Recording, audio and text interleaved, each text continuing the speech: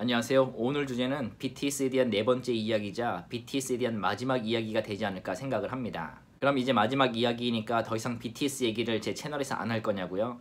그 대답은 이제 마지막에 드리도록 할게요.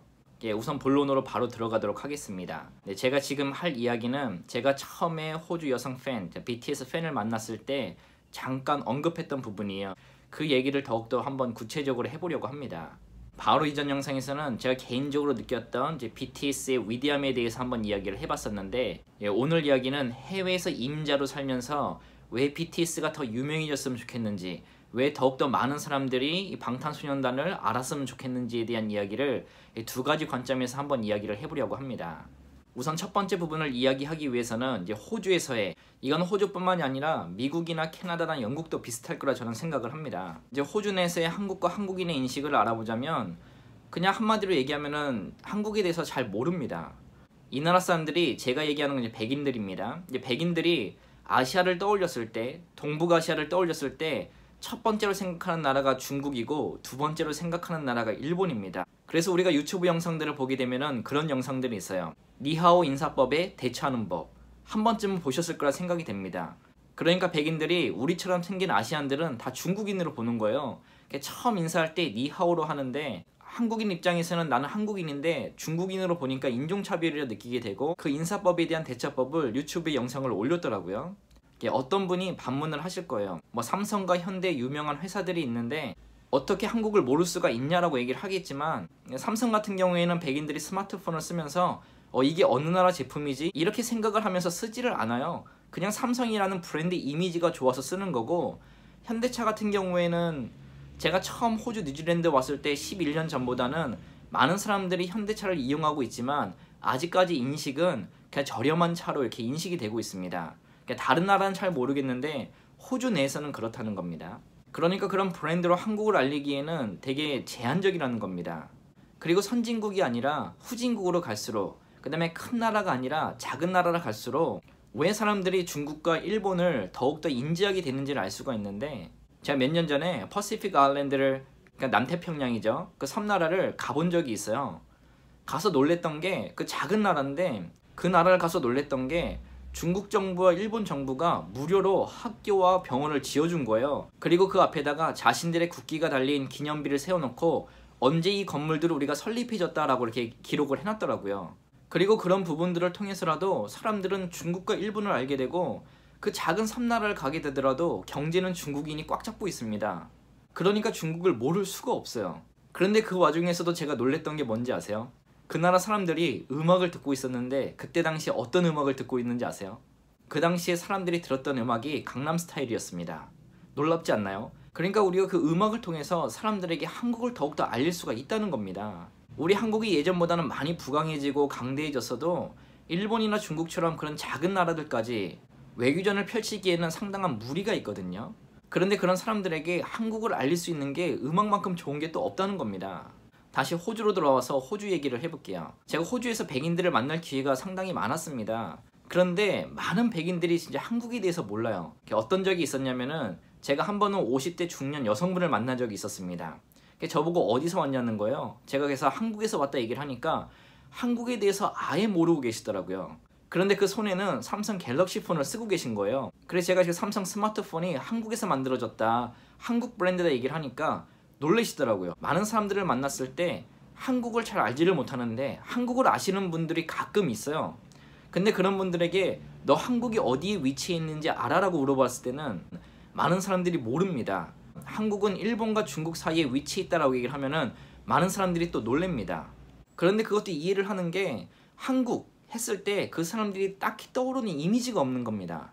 많은 사람들이 일본 했을 때는 친절한 나라, 스시가 워낙 유명하니까 사무라이 나라 이렇게 알고 있고, 중국을 얘기했을 때는 세상에서 가장 인구가 많은 나라, 인도를 얘기했을 때는 카레, 베트남 하면 쌀국수, 이런 식으로 특정된 게 있는데 한국 했을 때 이 사람들이 딱히 떠오르는 그런 이미지가 없다는 겁니다. 그래서 여러분들도 한번 궁금하시면 해외 사시는 분들, 아니면 해외 나가셨을 때 한번 물어보세요. 한국에 대해서 아냐? 한국이 어디 붙어 있는지 아냐? 한국 했을 때 떠오르는 이미지가 있냐라고 했을 때 선뜻 대답하는 사람들은 많이 없을 겁니다. 그런데 이제 여기서 제가 하고 싶은 얘기가 있는 거예요. 사람들이 한국 했을 때 BTS의 나라, BTS를 보유한 나라라고 떠올려도 상당히 좋지 않을까요? 제가 이 얘기를 왜 하냐 하면 호주에서 만난 그 팬 이야기를 돌아가는데, 호주에서 만났던 BTS의 그 여성 팬이 그런 얘기를 했었습니다. 자신은 BTS를 통해서 한국을 알게 됐고, 한국 문화를 사랑하게 됐고, 한국 음식을 좋아하게 됐고, 마침내 한국이란 나라를 사랑하게 됐다. 정말 소름 돋지 않나요? 저는 그 얘기를 들었을 때 정말 놀랐어요. 그때는 제가 방탄에 대해서 아예 몰랐을 때니까 어떻게 이런 백인들이 그런 BTS라는 그룹을 통해서 한국을 사랑하게 됐을까 정말 적잖이 놀랐었거든요. 지금 호주에서도 보면은 40대 이상으로는 뭐 많은 분들이 좀 보수적이고 하기 때문에 뭐 한국에 대해서 알려고 하지 않을 수도 있고, BTS에 대해서도 별로 관심이 없을 수도 있지만 10대하고 20대는 다르다는 겁니다. 그 백인 소녀 여성 팬은 그 자신뿐만 아니라 그 주위에 있는 모든 친구들이 한국을 사랑하게 된 게 시발점은 BTS였다는 거예요. 10대, 20대들은 트렌드에 되게 민감하잖아요. 그리고 빌보드 차트에서 3번이나 1위를 한 이 BTS에 대해서, 방탄소년단에 대해서 관심을 안 가질 수가 없을 겁니다.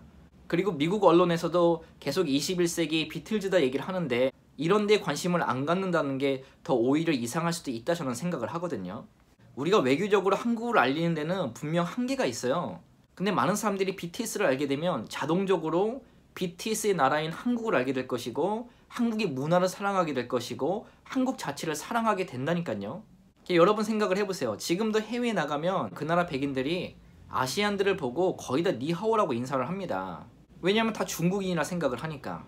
그런데 BTS가 더욱더 유명해지고 많은 사람들이 이 BTS를 더욱더 알게 되고, 그래서 사람들이 생각을 할 때 아시아인은 중국인이 아니라 한국인이다 라는 인식을 갖게 된다면, 지금 10대, 20대, 30대 초반들이 그렇게 BTS를 더욱더 알아가게 된다면 10년 뒤, 20년 뒤에는 많은 사람들이 아시아를 떠올릴 때 먼저 한국을 떠올리지 않을까 저는 생각을 합니다. 그럼 그때는 어떤 현상이 일어날까요? 바로 호주나 뉴질랜드나 캐나다나 미국이나 영국의 백인들이, 아니면 유럽의 백인들이 동양인을 봤을 때 안녕하세요 라고 먼저 인사를 하지 않을까요? 그런 일이 진짜로 생기면 기쁘면서도 되게 소름 돋을 것 같아요. 근데 저는 개인적으로 가능할 수도 있겠다 생각을 합니다. 그럼 그때는 유튜브에 그런 영상이 올라오지 않을까요? 중국이나 일본 유튜버들이 안녕하세요에 대처하는 법, 뭐 이런 영상이 올라오지 않을까요? 뭐 한국인 유튜버들이 니하오에 대처하는 법 대신에, 그죠? 많은 사람들이 한국을 사랑할 수 있는 이유에 대해서 첫 번째로 저는 개인적으로 BTS가 더욱더 유명해졌으면 하고요. 왜냐하면 다른 K-POP 가수들도 열심히 하고 많은 인지도를 가지고 있는 건 알고 있습니다. 하지만 빌보드 차트에서 3번이나 1위를 하고 21세기 비틀즈라 견줄 만한 그런 그룹이 지금 BTS인데, 우리가 이런 K-POP 가수를 이전에 가져본 적도 없었고 또 앞으로 가질 수 있을지도 모릅니다. 그런데 현재 대한민국이 보유하고 있는 BTS, 더욱더 우리가 자랑해야 되지 않을까, 저는 그런 생각을 개인적으로 다시 한번 하게 되거든요. BTS가 왜 더욱더 유명해졌으면 좋겠는지 두 번째 이유에 대해서는 댓글들을 통해서도 많이 보실 수 있을 겁니다. 많은 분들이 그런 댓글들을 남겨주셨어요. 내 삶이 힘들었을 때, 고통스러웠을 때 이 BTS의 음악을 통해서, 그들의 행보를 통해서 나는 치유를 얻고 다시 삶에 열정이 생겼다라고 하시는 분들이 꽤나 많더라고요. 그런데 이제 삶이라는 게 뭐 복지국가인 호주에 살아도 많은 사람들이 힘들어하고 우울증에 걸리고 호주가 자살률도 꽤나 높습니다. 근데 삶에 힘들어하고 고통스러워하는 사람들이 이 BTS를 알게 되고 BTS 음악을 통해서 고통과 힘듦이 있는 많은 사람들이 또 마음의 치유와 삶에 대한 열정을 가질 수 있지 않을까 생각을 하거든요.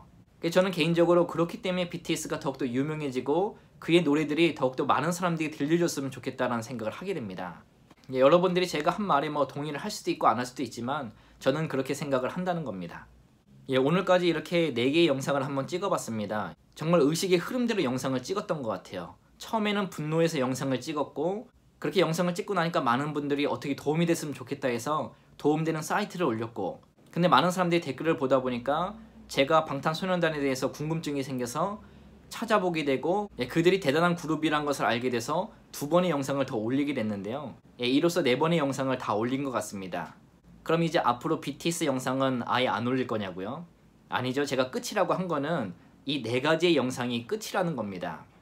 그래서 결론은 BTS 영상은 자주는 못 올리더라도 종종은 올릴 생각입니다.